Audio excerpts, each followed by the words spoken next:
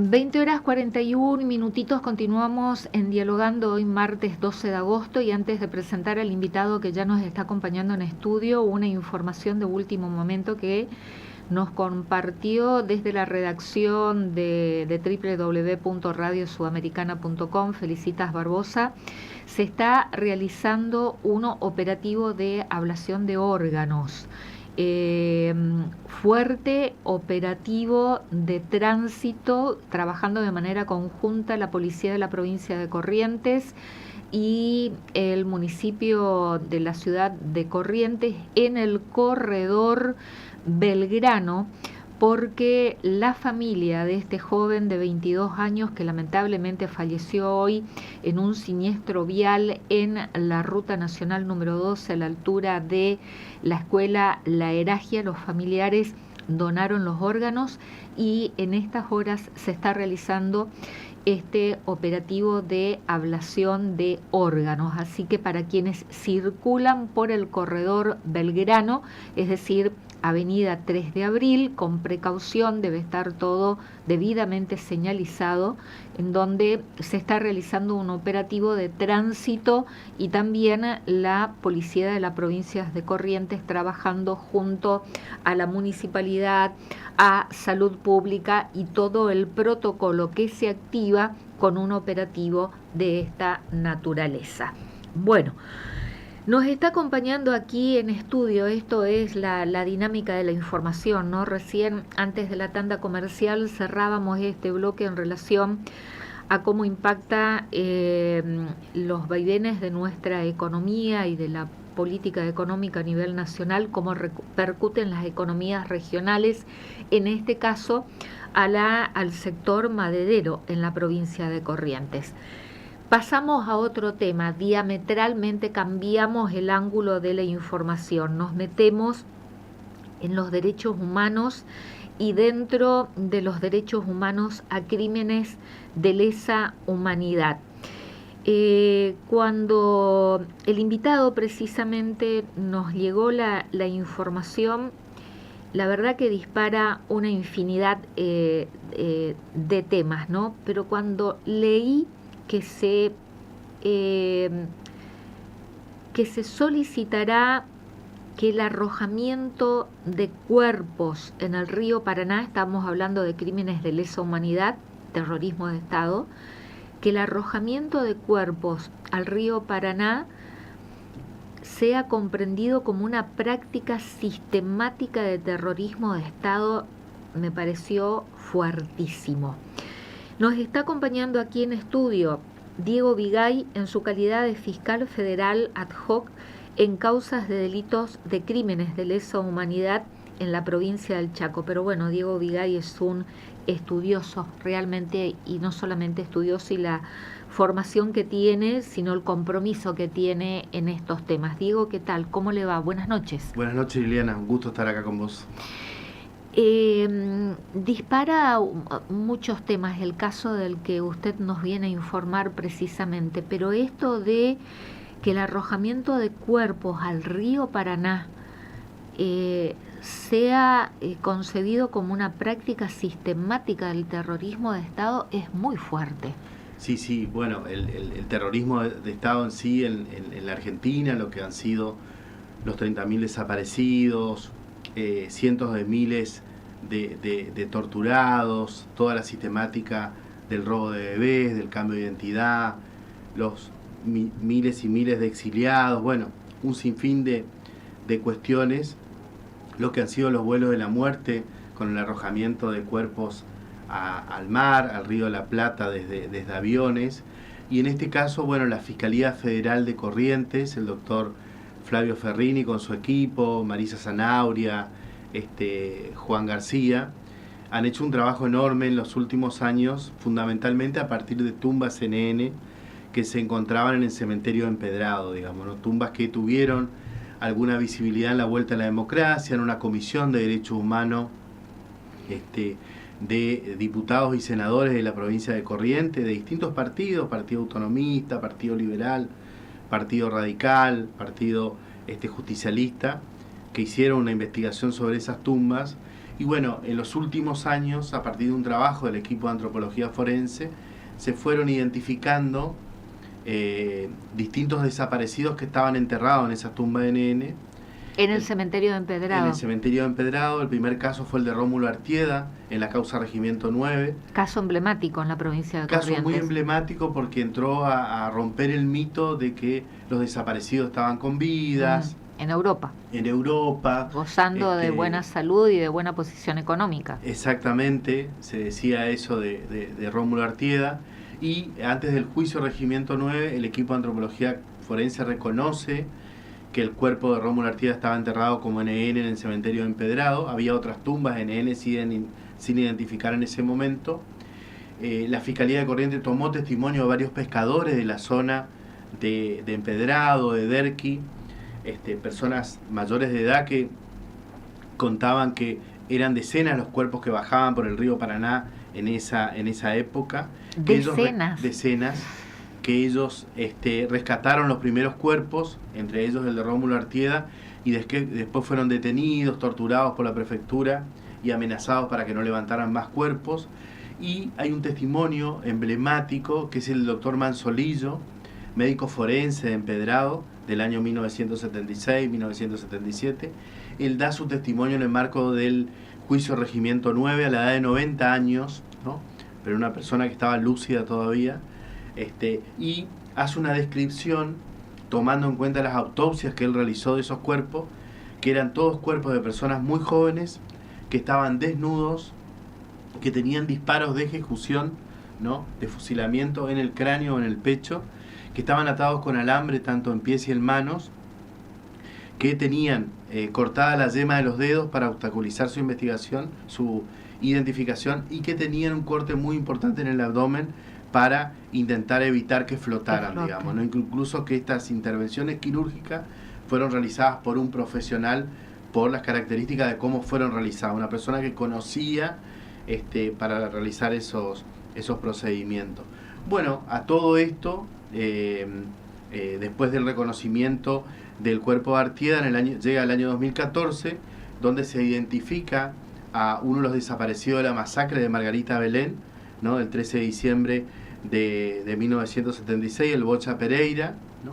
Y finalmente en el año 2018, que es el caso que nos convoca actualmente, en el cual estamos trabajando, el caso de Carlos Terenzuk, un estudiante misionero que fue visto con vida por última vez en noviembre del año 1976 en la jefatura de policía del Chaco, y es el tercer cuerpo que se identifica. Entonces nosotros entendemos como que hay una práctica sistemática. Que hay una práctica sistemática porque si bien hay 3 cuerpos identificados, hay otros 2 cuerpos de NN que todavía no fueron identificados, que fueron rescatados del cementerio de Empedrado. Claramente muchos de esos cuerpos quedaron en el fondo del río. De los testimonios que tomó la Fiscalía de Corrientes de pescadores y de trabajadores de cementerios de la vera del río Paraná, se habla de otras tumbas que se podrían haber concretado y no haber puesto ningún tipo de señalización, ni una cruz, ni nada, por el temor a represalia, ¿no? Y por una cuestión de humanidad y de sentimiento cristiano. Esos pescadores rescataron esos cuerpos y a pesar de la amenaza los enterraron para darle pongámosle una cristiana sepultura. Así que bueno, nosotros lo que estamos planteando es, a partir del caso Terenzuk, que si bien el cuerpo fue restituido a la familia y eso tuvo un sentido reparador muy importante. Cuando la familia recuperó, tenemos imágenes, Francisco, para justamente valernos de la ayuda de la pantalla del streaming por el canal de YouTube. Esta imagen que estamos viendo es justamente la de Carlos Terenzuk. Sí, esa imagen es de Carlos Terenzuk del año 1975. En ese momento él era secretario legislativo del bloque del Partido Auténtico de la provincia de Misiones. De la provincia de Misiones. Él hizo un trabajo enorme como secretario legislativo, se reunía con tareferos, con maestros rurales. ¿En qué año, reitera, por favor, Diego? 1975. Y en ese momento, esa es una conferencia de prensa donde están denunciando que él intentó ser secuestrado en el año 1975, claramente por todo el trabajo que realizaba, por agentes de civil, y él después de esa conferencia de prensa tiene que pasar a la clandestinidad se refugia en Corrientes, bueno, y finalmente es secuestrado en noviembre de 1976, es visto en la jefatura de policía muy torturado, ¿no? En Chaco. En Chaco. O sea que este caso de Esteban... Carlos Enrique Terenzuk.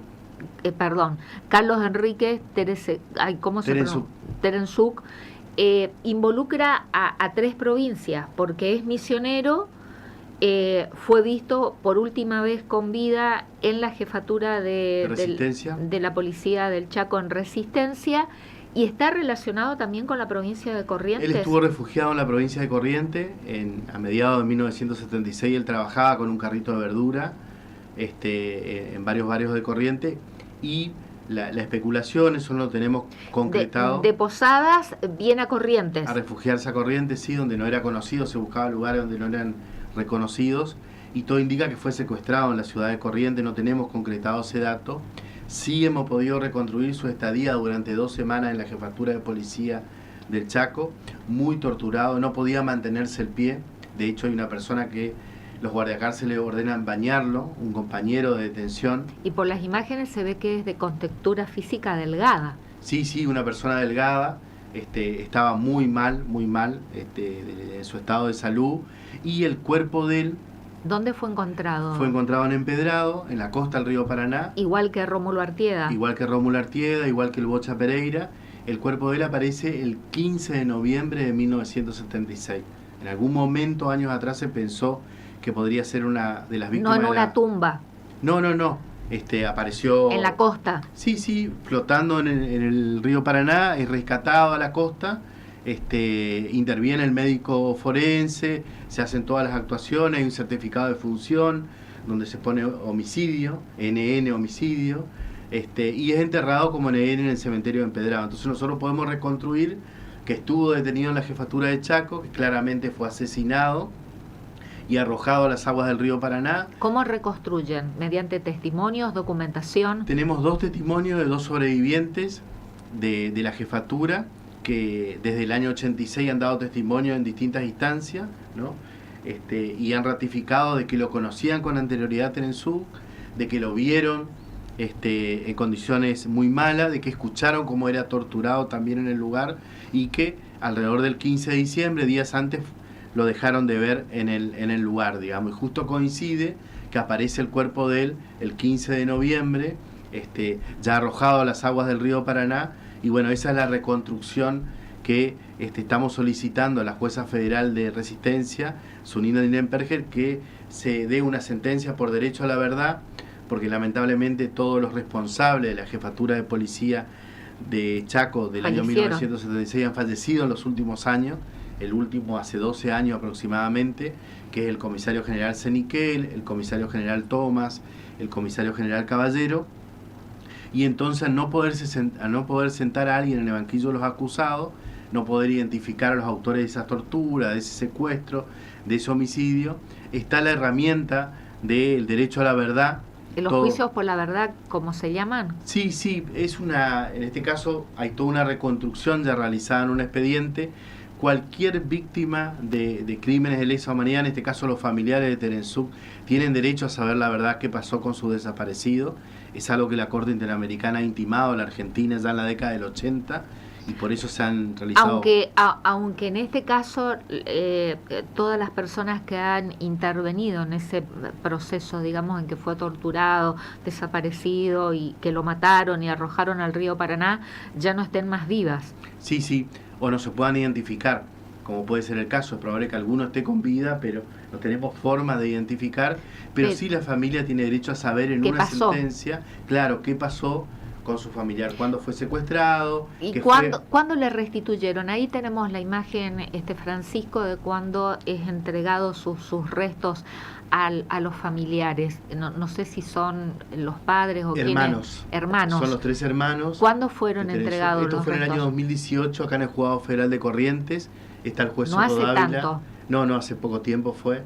Es el último cuerpo que fue reconstruido. Y bueno, estaba pendiente una sentencia que, más allá de que la restitución ha tenido, por supuesto, un sentido reparador, cada familia que recibió el cuerpo fue muy aliviador tener un lugar donde llevarle una flor, cerrar esa situación de no saber el duelo, exactamente. Bueno, abro un paréntesis acá y utilizando un caso de gran impacto en la opinión pública y muy mediatizado en estas horas, como es el caso de este joven Diego Fernández Lima, que hace más de 40 años, bueno, y que aparecieron sus restos como consecuencia de que la casa en donde vivía Cerati fue derrumbada, y ahí en la medianera los albañiles descubren, bueno, este caso que está expuesto en la mayoría de los medios porteños, ¿no? Y se está hablando mucho de juicios por la verdad y también de qué manera, cómo trabajó el fiscal junto al equipo de antropología forense para identificar y llegar a saber la identidad, quién era esa persona, y ahora de cómo determinar las responsabilidades y qué pasó. Entonces, cierro paréntesis, esto ligo para que la audiencia interprete, ¿no?, de lo que estamos hablando, del derecho a la familia de saber qué pasó. En el caso de este joven, Diego Fernández Lima, en Buenos Aires, que la mamá vive, que durante más de 40 años estuvo esperando que su teléfono suene y que le digan qué pasó con su hijo, y con la esperanza de que su hijo esté vivo. Entonces, traslademos esto a los crímenes de lesa humanidad, de la cantidad de familias que todavía no recuperaron el cuerpo de la persona desaparecida ni saben qué fue lo que pasó. Exactamente. Bueno, yo cuando seguía el caso que está en la opinión pública actualmente de este joven adolescente que había desaparecido en el año, si no recuerdo, 1986 aproximadamente, la historia de los familiares es la historia de cada uno de los desaparecidos de la última dictadura cívico-militar en la Argentina, ¿no? Esto de la mamá que mantuvo el teléfono fijo, que no quiso cambiar ni dar de baja, no cambiar el número. Bueno, me recordó a decenas de casos de desaparecido de la última dictadura, el papá registrando en una libretita y yendo en su bicicleta cada uno de los datos, los recortes de diarios. Bueno, cada una de las familias de los desaparecidos ha hecho un proceso muy similar.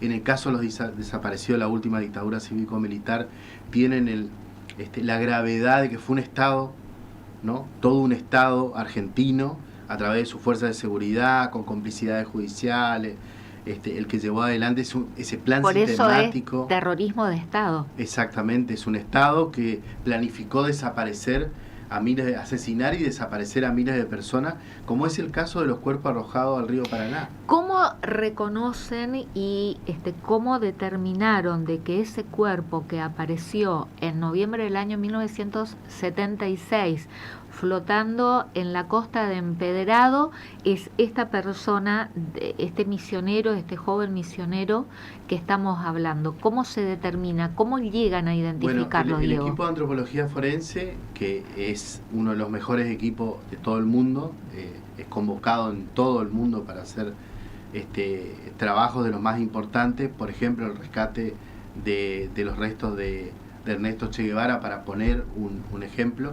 Ellos hacen todo un estudio de campo, de decir la fecha que fue encontrado el cuerpo, las características, y en base a esa información más o menos tienen acotado el tiempo y las personas que desaparecieron en ese momento. Llevan un registro. Tienen un registro muy importante, tienen un banco genético que han dado muestra a todos los familiares desaparecidos de la Argentina. En ese banco están las muestras de Terenzú, están las muestras de Pereira, están las muestras de Artieda, ¿no? Y una vez que se tiene una referencia de que esa persona puede corresponder a la última dictadura cívico-militar, esos restos, se coteja con ese banco de ADN y da... que están con lo que han aportado familiares, digo. Familiares de todos los desaparecidos de la... Se le tomaron muestras. Se le tomaron muestras. Y tenemos este banco de datos genéticos. Exactamente. Exclusivamente de desaparecidos de la última dictadura cívico-militar. Sí, exactamente, así es. Y después hay otro banco genético que se referencia con muestra de todos los familiares de lo que hace a la búsqueda de nietos, digamos, ¿no? Por eso cuando una persona que tiene alguna duda o una persona que se sospecha que puede ser un nieto apropiado, se toma una muestra de ADN y se coteja con ese banco. Son bancos que se van completando progresivamente. En el caso, por ejemplo, del Bocha Pereira, desaparecido de la masacre de Margarita Belén, el cotejo con familiares no tan cercanos a él daba un porcentaje muy alto, pero no la certeza de que era el Bocha Pereira. Bueno, se exhumaron los cuerpos de los padres en el cementerio de Formosa para tomar una muestra de ADN de cada uno de ellos y se terminó confirmando que era efectivamente Bocha Pereira, desaparecido de la masacre de Margarita Belén. En este caso de Terenzuk son muestras de los hermanos varones. O sea, los padres fallecieron. Los padres fallecieron, sí, la mamá... ¿Se murieron sin saber qué pasó con el hijo? Se murieron sin saber lo que pasó con el hijo, y el hermano más grande, Norberto Terenzuk, que es quien hizo la denuncia ante la CONADEP, quien hizo la denuncia en la Justicia Federal del Chaco en el año 1986, también tuvo una depresión muy importante y falleció. Digamos, el impacto en cada una de las familias que lo registra muy bien, salvando las distancias de contexto. La última película brasilera que ganó el Oscar, que recomiendo verla, es realmente un impacto muy terrible, que son secuelas que quedan de por vida, digamos, ¿no? Porque no es solamente el homicidio, el asesinato de una persona, sino directamente la desaparición del cuerpo, que es algo que el terrorismo de Estado inventó, llevó adelante y que impacta en todo el mundo por la crueldad que tiene hacer desaparecer los cuerpos de las personas que asesinaron, ¿no? ¿Por qué del 2018, que nos decías recién que los restos fueron entregados a su familia, transcurrieron ya 7 años aproximadamente de cuando los restos fueron identificados y restituidos a su familia? ¿Y por qué recién ahora estamos en este proceso de solicitar un pronunciamiento de la justicia para que la familia sepa qué fue lo que pasó, Diego? Y nosotros tuvimos todo un trabajo muy intenso estos años de tratar de buscar, identificar algún responsable, digamos, ¿no? Eso tiene que ver con la búsqueda de los expedientes de Ley 2840, que son un montón de expedientes de la época, que son todos los expedientes que se hicieron en el marco de la mal llamada lucha contra la subversión, son del Juzgado Federal de Resistencia. Hemos estado haciendo un relevamiento de testimonios y intentando de alguna manera llegar a una imputación hacia alguna persona por el caso de Terenzuk, digamos, agotada todas esas instancias, ¿no? Y el hallazgo del expediente de 1986 a principios de este año, que estaba en los archivos del Tribunal Oral Federal de Resistencia. Nosotros desconocíamos que ese expediente estaba en ese lugar. Nos abrió la posibilidad de decir, bueno, tenemos la alternativa de la sentencia por derecho a la verdad.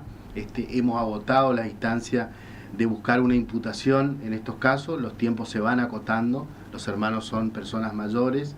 ¿Y de quién depende ahora el pronunciamiento, una sentencia? Y nosotros se lo hemos solicitado a la jueza federal número 1, Zulinda Nirenberger. El Chaco ya tiene un antecedente de una sentencia por derecho a la verdad en el caso del estudiante Pablo Martinelli, ¿no? Esto fue hace 2 años atrás. Y entendemos que están todos los elementos de prueba que reconstruyen realmente cuál fue el camino que hizo Terenzuk en noviembre de 1976, su homicidio, el arrojamiento del cuerpo al río Paraná. Entendemos también que con todo este trabajo que hizo la Fiscalía de Corrientes, con el caso de Artieda, de Pereira, el testimonio de Manzolillo, las autopsias, están todos los elementos de prueba para decir que fue una sistemática del terrorismo de Estado. Una práctica, o sea, de arrojar los cuerpos al río Paraná. Al río Paraná para hacerlos desaparecer. ¿De qué manera se los arrojaba? Porque vos al inicio de la entrevista mencionabas los vuelos de la muerte, ¿no? Sí. Que arrojaban incluso a personas con vida a las aguas del río de la Plata. Sí, sí. ¿Y acá de qué manera lo hacían? No lo sabemos. por la trayectoria que han tenido en el río y haber llegado a empedrado, la especulación que se tiene y algunas aguas consultas, aguas abajo, casi 70 kilómetros, sí, toda la especulación da que eran arrojados en el canal del río Paraná, ¿no? ¿Con una embarcación? Y claramente en ese lugar tiene que ser con algún tipo de operativo con embarcaciones, sí. Pero bueno, nosotros hemos secuestrado los libros de la prefectura de Barranqueras, ¿no? Que tenía una delegación en lo que es la isla del Cerrito, y no hemos encontrado ninguna información importante de salida de lanchas en determinados horarios. Todo lo que encontramos era el funcionamiento del trabajo que hace la prefectura, que hacía la prefectura pero en el ya 76, de la década del 70, 76, 80. 77, fundamentalmente nos centramos en esos años de custodia y no ningún registro, de contralor. obviamente. No, tenemos sí el registro de las embarcaciones que existían en ese momento, claramente. Pero no el detalle de decir... No, esa parte no tenemos forma de reconstruirla. Siempre tuvimos la expectativa de que alguna persona de prefectura pudiera hacer algún aporte. Tenemos listados, bueno, es una parte de la investigación que todavía no hemos tenido resultado y podido avanzar. Y para que se declare esto, ¿no? Que el arrojamiento de cuerpos en el río Paraná era una práctica sistemática de terrorismo de Estado, ¿de quién depende? De la jueza federal de Resistencia. ¿Y por qué la jueza federal de Resistencia y no la justicia federal de Corrientes, por ejemplo? Sí, el caso, el cuerpo de Corrientes que fue encontrado en Empedrado, el de Rómulo Artieda, eso fue juzgado en la causa Regimiento 9. En ese momento era un solo cuerpo que se había encontrado en Empedrado, identificado. No se tenía idea de que era una sistemática, ¿no? Ese juicio ya se realizó, ya se condenó a los responsables por el homicidio de Rómulo Artieda. Los dos casos que sobrevinieron después son del Chaco, uno de la masacre de Margarita Belén, uno de la jefatura de policía. Justamente nosotros estamos con el caso Terenzuc en este momento, entonces hemos estado trabajando estos meses con la Fiscalía Federal de Corrientes, le hemos traído la idea de poder involucrar en el caso Terenzuc la sistemática, a ellos les pareció bien, con ellos estuvimos trabajando también la posibilidad de una imputación, lo cual no hemos llegado a buen puerto, porque bueno, hemos hablado con los sobrevivientes que lo habían visto a Terenzuc, buscando algún dato para imputar a alguna persona, pero no hemos tenido suerte con, porque bueno, sinceramente estas dos personas no vieron, no escucharon quiénes eran los que lo torturaron a Terenzuc o quienes lo trajeron, que son datos que algunas veces sirven para una imputación. ¿Y cuál fue, digámoslo de esta manera, ¿no? El pecado, el crimen, el delito de Carlos Terenzuc para formar parte, lamentablemente, de la lista de desaparecidos, torturados, muertos? Por lo que... ¿A qué se dedicaba? Bueno, fundamentalmente él estudió para ser sacerdote en el seminario de Córdoba, en principio. Después estudió trabajo social, era trabajador social, fue presidente del Centro de Estudiantes de la Escuela de Servicio Social de la Universidad Nacional de Misiones, ¿no? Y después él tiene una participación muy activa en el Partido Auténtico en las elecciones del 75, de 1975. Por hacer político, o sea, ser un militante. Bueno, y él, el Partido Auténtico tiene 2 diputados provinciales, era un bloque muy activo, él fue secretario de ese bloque legislativo, y como secretario tuvo un rol muy protagónico en reunirse, en escuchar y en trabajar mucho con todos los sectores de trabajadores de la provincia de Misiones, tareferos, matarifes, trabajadores rurales, trabajadoras de amas de casa, docentes.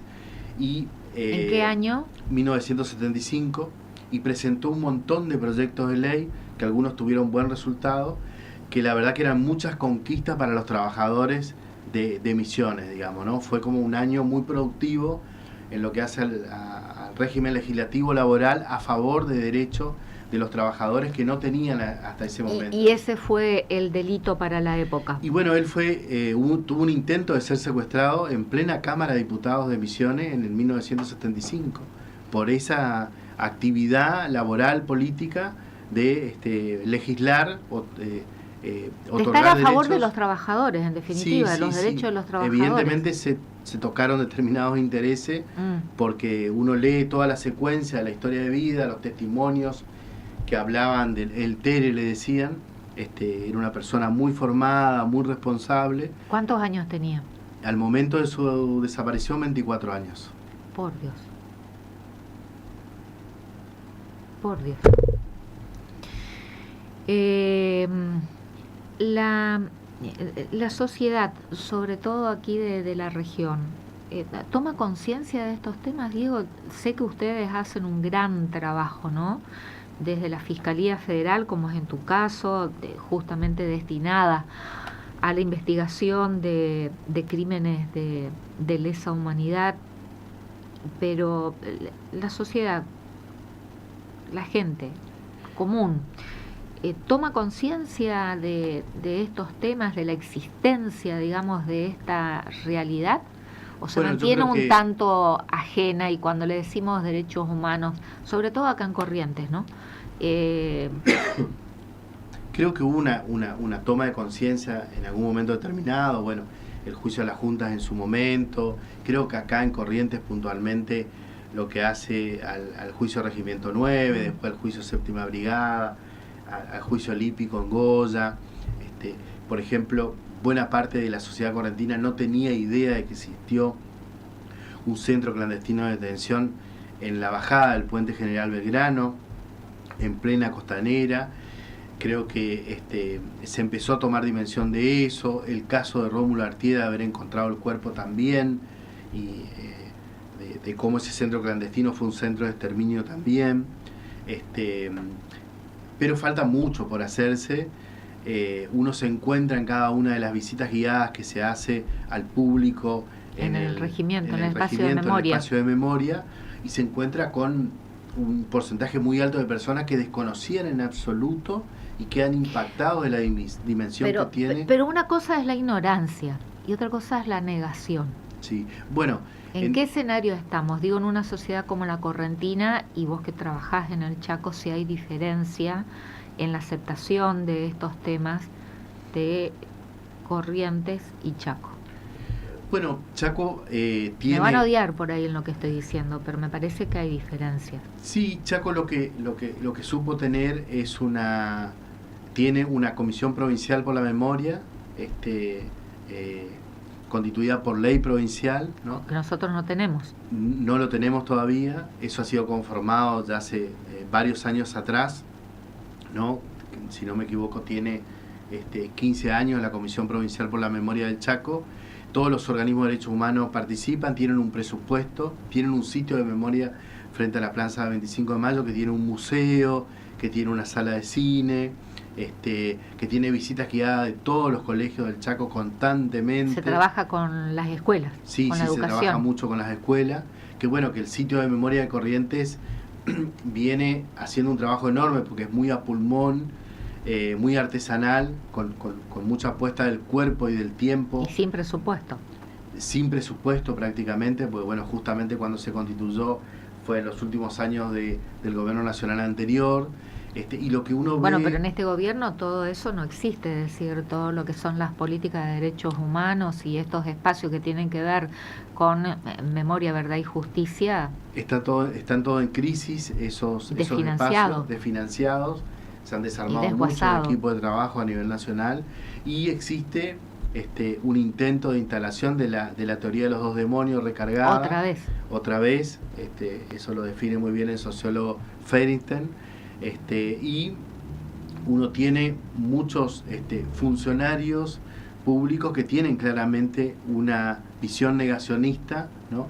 Que niegan el número de los 30.000 desaparecidos, que niegan la existencia de centros clandestinos de detención, que hablan de que todos los juicios de las causas de lesa humanidad son un curro. Bueno, todo lo que ya sabemos en eso. Sí, que los derechos humanos son un curro. Que los derechos humanos en general son un curro. Bueno, hay una embestida muy fuerte.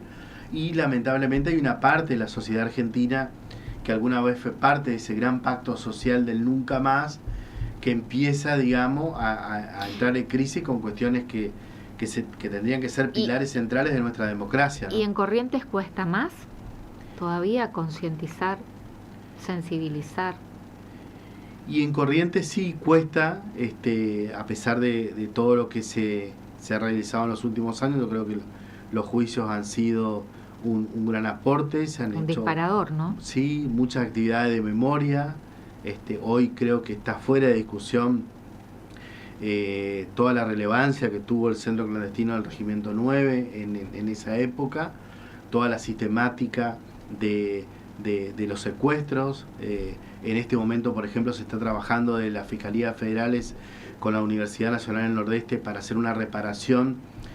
Se tiene una lista estudiantes, trabajadores. Docentes y trabajadores de la UNE que fueron secuestrados ilegalmente en época de la dictadura y debieron interrumpir su estudio o la enseñanza, y se tiene un listado provisorio de 170 personas, digamos, ¿no?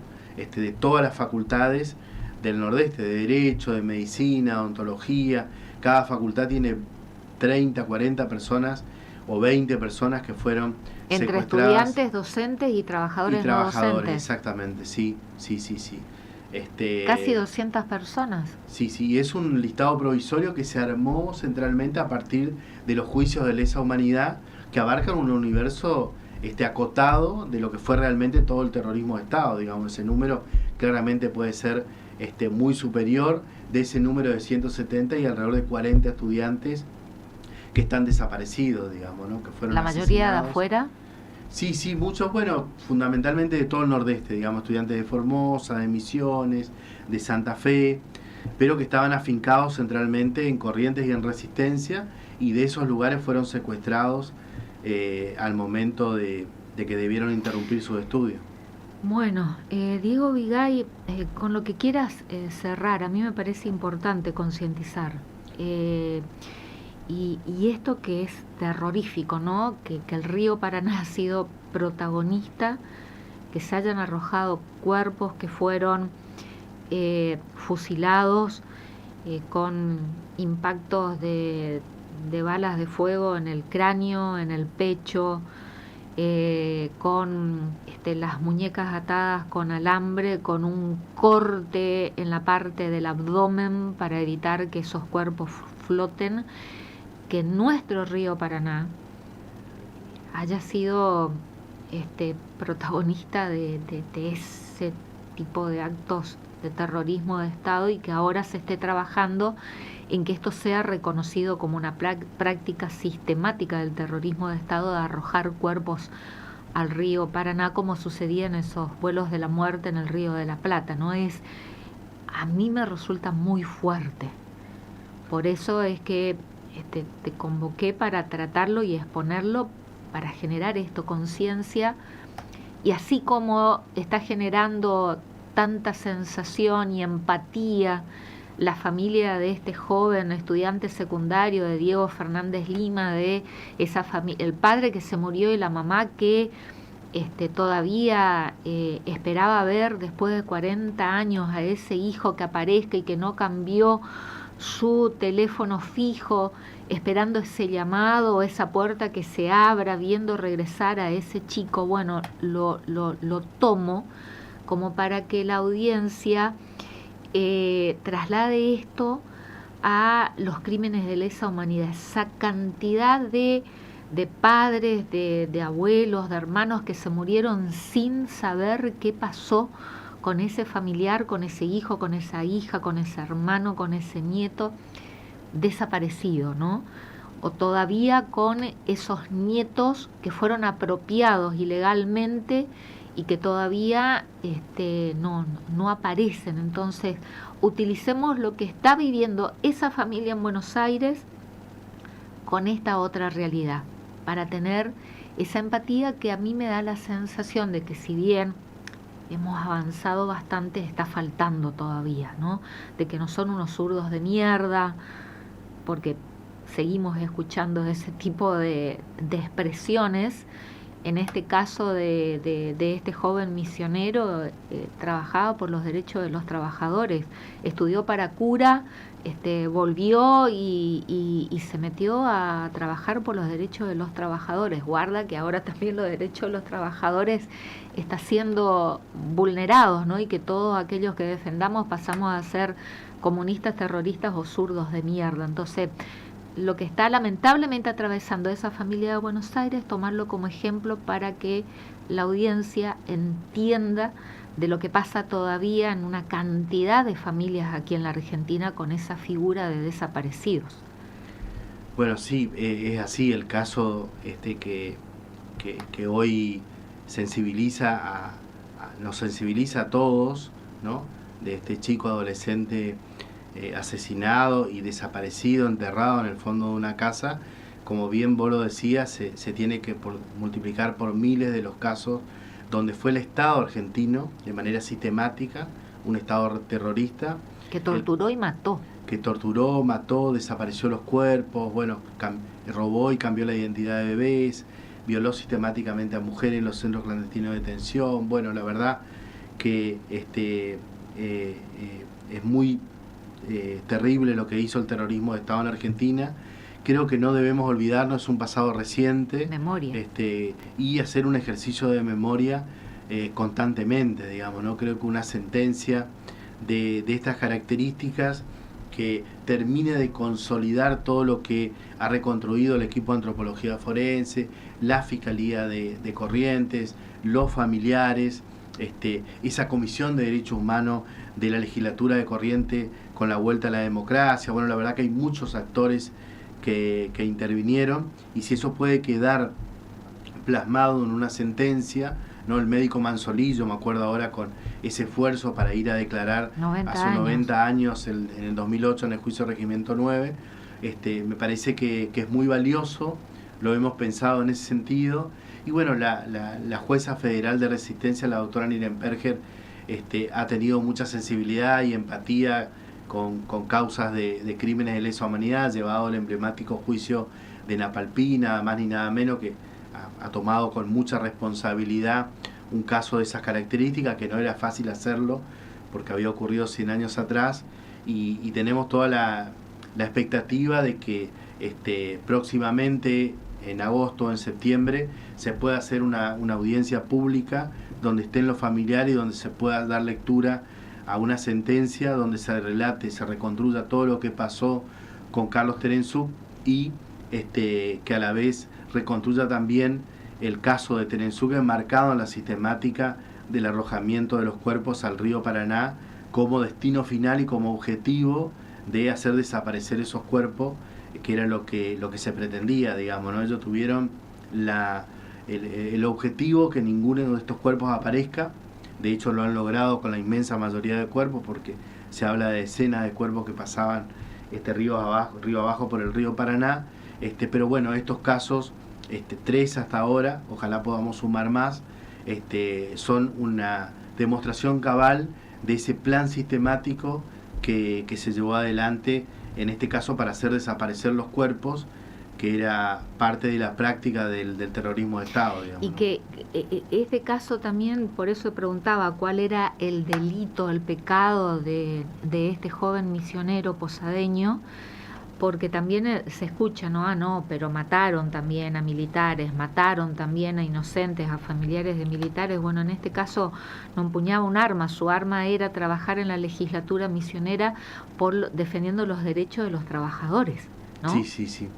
Sí, en el caso de que, no es el caso de Terenzús, pero en el caso de alguien que hubiera tenido participación en una organización armada, a lo que correspondía era la detención, el juicio, una condena, en su caso, que se prueben los delitos que ha cometido. La inmensa mayoría de las causas por ley 2840 no tuvieron sentencias que se mantuvieran en el tiempo, digamos, ¿no? Todas las imputaciones eran absolutamente genéricas y no había una imputación, una acusación de esas personas que estuvieron detenidas. De que ocurrieron estos casos, ocurrieron, no lo vamos a negar, ¿no? Pero que no sea tomado esto como argumento de excusa, como para generar la masacre justificación, claro, del terrorismo de Estado. Del terrorismo de Estado. Diego Vigay, muchísimas gracias. No, gracias a vos, muy amable. Nos vamos a una cortina musical, tanda, y al regreso la parte final del Dialogando de hoy.